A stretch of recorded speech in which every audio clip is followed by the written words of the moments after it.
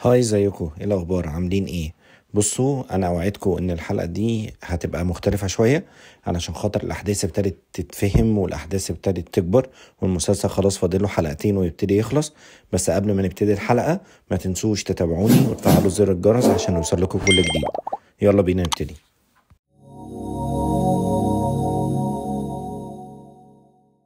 بتبدأ أحداث المسلسل معانا مع فاطمة وهي منهارة بعد ما اكتشفت إنها مش حامل، وعمالة تأكد على كريستي وكل الموجودين إن هي حاسة بكل الأحاسيس بتاعة الحمل، لكن كريستي بتأكد عليها إنها مش حامل. وساعتها بيبلغوا كريستي إن هي ابتدت تاكل أكل فاسد، وبوي بيحاول مع كريستي يقول لها انت لازم تلاقينا حل علمي للي بيحصل ده. وبعد كده بنشوف فيكتور وهو قاعد ومقعد جاسبر قدامه، وبيحاول يخليه يتكلم زي ما شافه وهو قاعد قدام كريستوفر. وساعتها بيدخل ابو فيكتور عليه وبيقعد يقول له مفيش دمية بتتكلم، واللي انت بتعمله ده مش هيوصلك لحاجة. ساعتها فيكتور بينهار جدا وبياخد جاسبر وبيجري يروح لسارة، وبيقول لها انا محتاج انزل القبو بتاعك علشان في حاجة عايز افتكرها. بعد كده بنشوف ان جين وتيلي بيتكلموا مع بعض، وان جين كان بيعمل زي حاجة كده اتعلقها فاطمة في الأوضة عندها. وبعد كده بنلاقي ان الكاميرا اللي لقاها الجين صورت صورة لوحدها، ولما الجين بيمسك الصورة بيلاقي ان الصورة دي بتاعت قبو في مكان معين. وساعتها الجين بيقرر ان هو يروح القبو ده. بيدخل القبو ده وبيقعد يدور على اي حاجة فيه، ما بيلاقيش. بس وهو جوه القبو بيلاقي غرفة سرية، وجوه الأوضة دي بيلاقي فيه جثة مطعونة. وساعتها بتظهر الشبح اللي بتظهر على طول لإنجين. هو اللي بيحصل ده حقيقي. بعد كده بنشوف جيمي والناس بتاعت بيت كلوين هاوس وهم بيلموا المحاصيل. وأثناء ده ما بيحصل، جيمي بيلاقي تابيسا وجيد وإيسن جايين، وهو مستغرب هو إيه اللي جابهم هنا.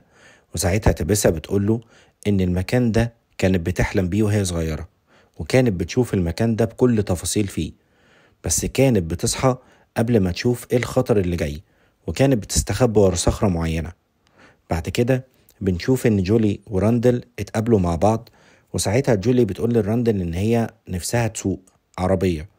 وهما بيتقابلوا وبيبتدي راندل بياخد العربية بتاع بيت كولاين هاوس وبتركب معاه جولي، وبيحاول في الطريق ان هو يعلمها السواقة.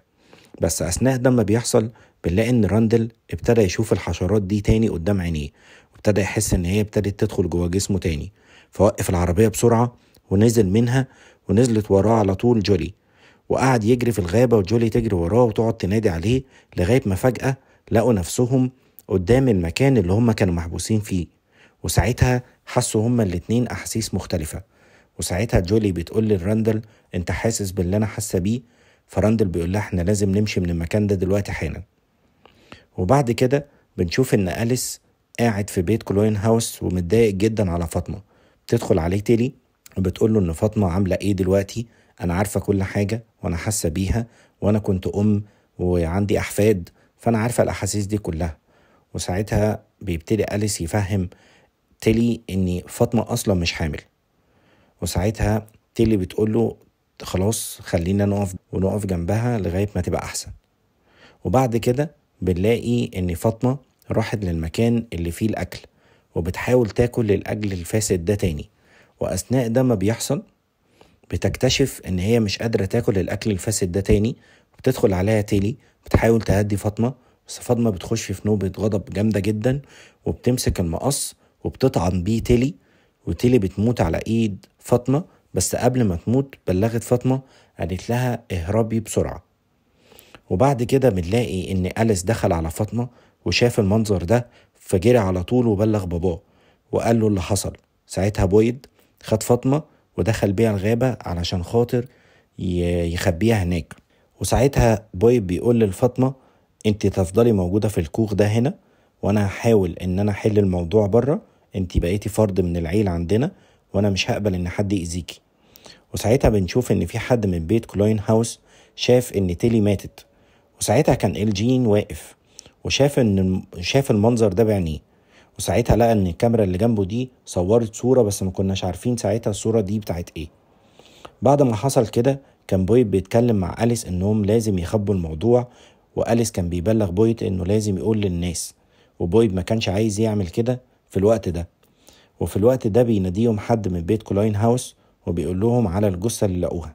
وأثناء ما بويد كان بيتفحص الجثة جه كين والشرطية وابتدوا يتكلموا مع بويد، وبويد بلغهم إن هم لازم يروحوا وإن هم يستوجبوا كل اللي موجودين في القرية. بعد كده بنشوف فيكتور وهو متنرفز على سارة جدا علشان مش عارفة تساعده في إنه يفتكر الحوار اللي حصل مع كريستوفر وجاسبر، وبينهار. وساعتها سارة بتروح على طول لتابيسا وبتقول لها فيكتور محتاجك ومحتاج مساعدتك وهو منهار جدا وانا مش عارفه اسكته. تابيسا لما بتروح وبتلاقي فيكتور منهار قوي كده بتبتدي تأدي فيكتور وتقول له زي ما احنا افتكرنا زمان هنقدر نفتكر دلوقتي، اجيب لك ورقه وقلم ونبتدي نرسم. ساعتها فيكتور بيقول لها لا مش دي الطريقه اللي بفتكر بيها. قالت له طيب ممكن نفتكر مع بعض ايه اللي حصل.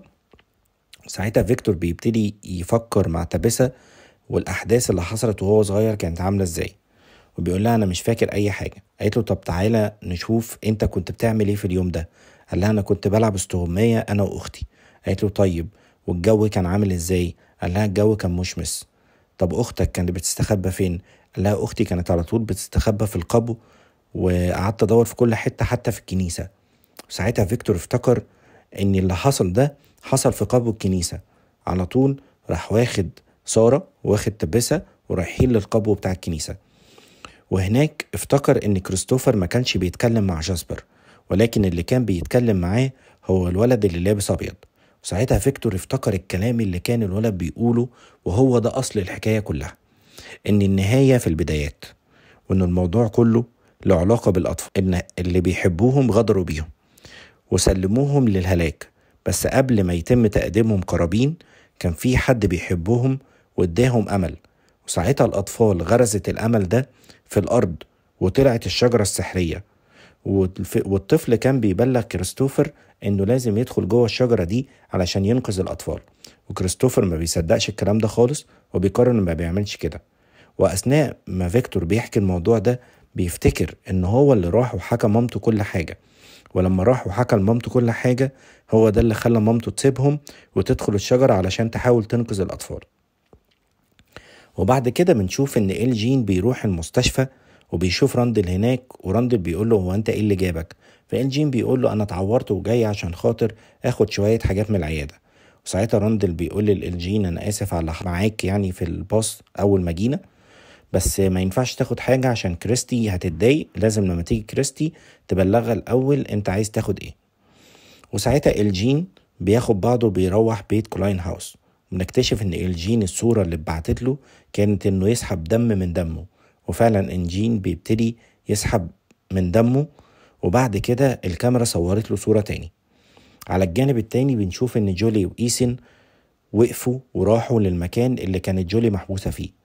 واثناء ما هي كانت واقفة ابتدت تبلغ إيسن وتقول له هقولك على سر، انا من ساعة ما حصل الحادثة وانا بسمع اصوات صراخ جامدة جدا، بس اول ما جيت المكان ده حسيت بهدوء فظيع.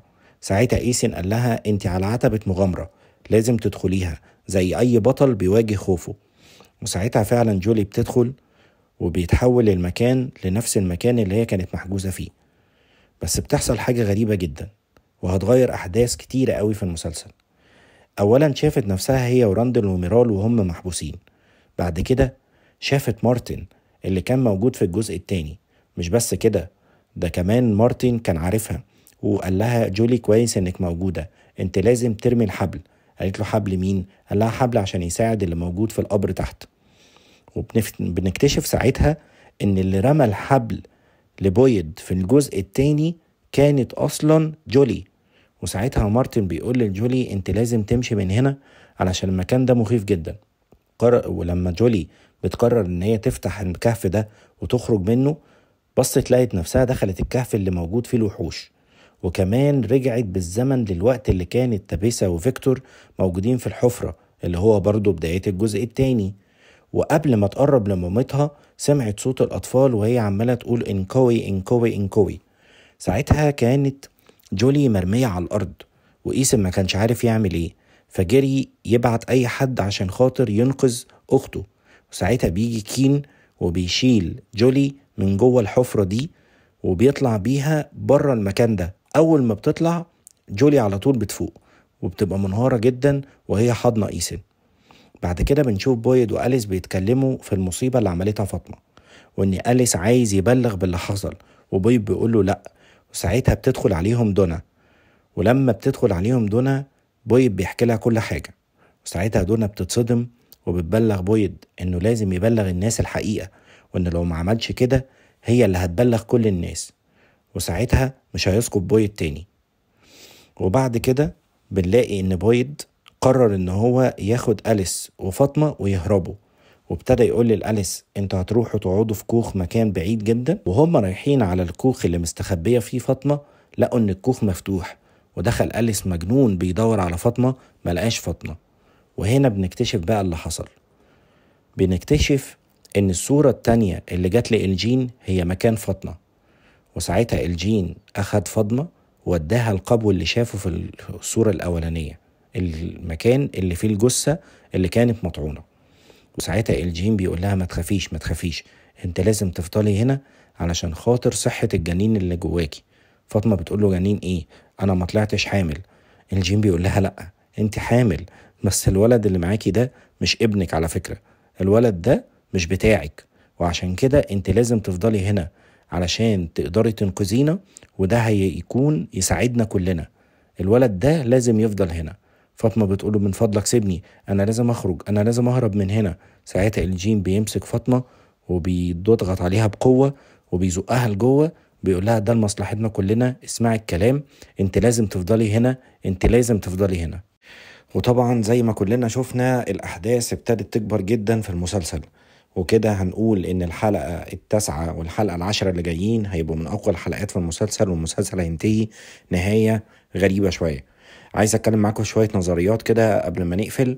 النظرية اللي احنا عمالين نبص عليها دلوقتي إن جولي بعد اللي حصل ده معنى كده إن الأحداث كلها مترابطة ببعض، وإن ممكن يكون في فرق زمني بيحصل من داخل الغابة أو من داخل الشجرة السحرية دي، بيرجعهم تاني في الزمن أو بيدخلهم في أزمنة تانية أو بيخليهم يبقوا في أزمنة مختلفة.